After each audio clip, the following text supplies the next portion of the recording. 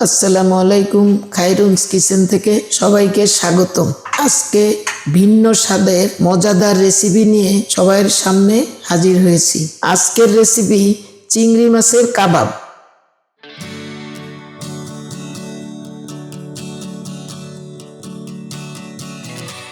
এখানে আমি 250 গ্রাম চিংড়ি মাছ নিয়েছি। চিংড়ি মাছগুলা ধুয়ে একটু সিদ্ধ করে নিব অল্প পানি দিয়ে। পানিটার পরিমাণ একেবারেই কম, টেবিল চামচে 2-3 চামচ পানি দিয়ে একটু হাফ সিদ্ধ করে নিব। এই যে হাফ সিদ্ধ করে মাছটি নিয়েছি, হালকা সিদ্ধ করে। এখন শিলপাটায় বেটে নিব। ইচ্ছা করলে ব্লেন্ডার মেশিনেও ব্লেন্ড করা যাবে। এখন শিলপাটায় বেটে নিব।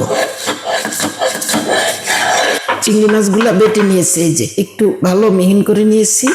এর মধ্যে আমি এখন বিভিন্ন মশলা দিব। চিংড়ি মাছটা বাটার মধ্যে আমি এক এক করে মশলা দিব। 1/2 চামচ লবণ, একটু আলু সিদ্ধ করে ম্যাশ করে নিয়েছি। এর মধ্যে 1/2 চামচ রসুন বাটা, 4 চামচের 4 ভাগের 1 ভাগ আদা বাটা, পেঁয়াজ কুচি টেবিল চামচে 2 চামচ, জিরা বাটা 1 চামচ, হলুদ 1/2 চামচ, মরিচ 1 চামচ, কাঁচামরিচ কুচি, ধনেপাতা কুচি।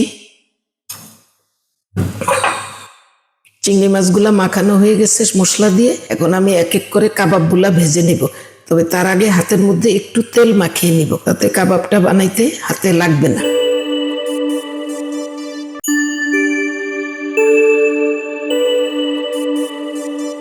কাবাব বানানো শেষ হয়ে গেছে। এখন আমি কাবাবগুলা ভেজে নিব। এখন তেল দিয়ে দিলাম, 1 কাপ তেল দিলাম। তেল গরম হইলে এখন কাবাবগুলা দিয়ে দিব। মিডিয়াম আছে তেল গরম করব। কাবাবগুলা এখন ভেজে দিব।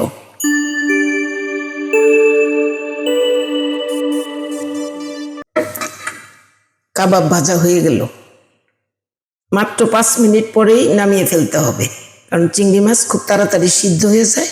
সেই জন্য 5 মিনিটের মধ্যে কাবাব হয়ে যাবে। তৈরি হয়ে গেল চিংড়ি মাছের কাবাব। আপনারা অবশ্যই ট্রাই করবেন এবং বেশি বেশি করে রান্না করবেন। রান্না তো করতে একটু কষ্ট হবে, তারপরও আমার নতুন নতুন রেসিপিগুলা অবশ্যই আপনারা তৈরি করে খাবেন। সবাইকে ধন্যবাদ। আল্লাহ হাফেজ।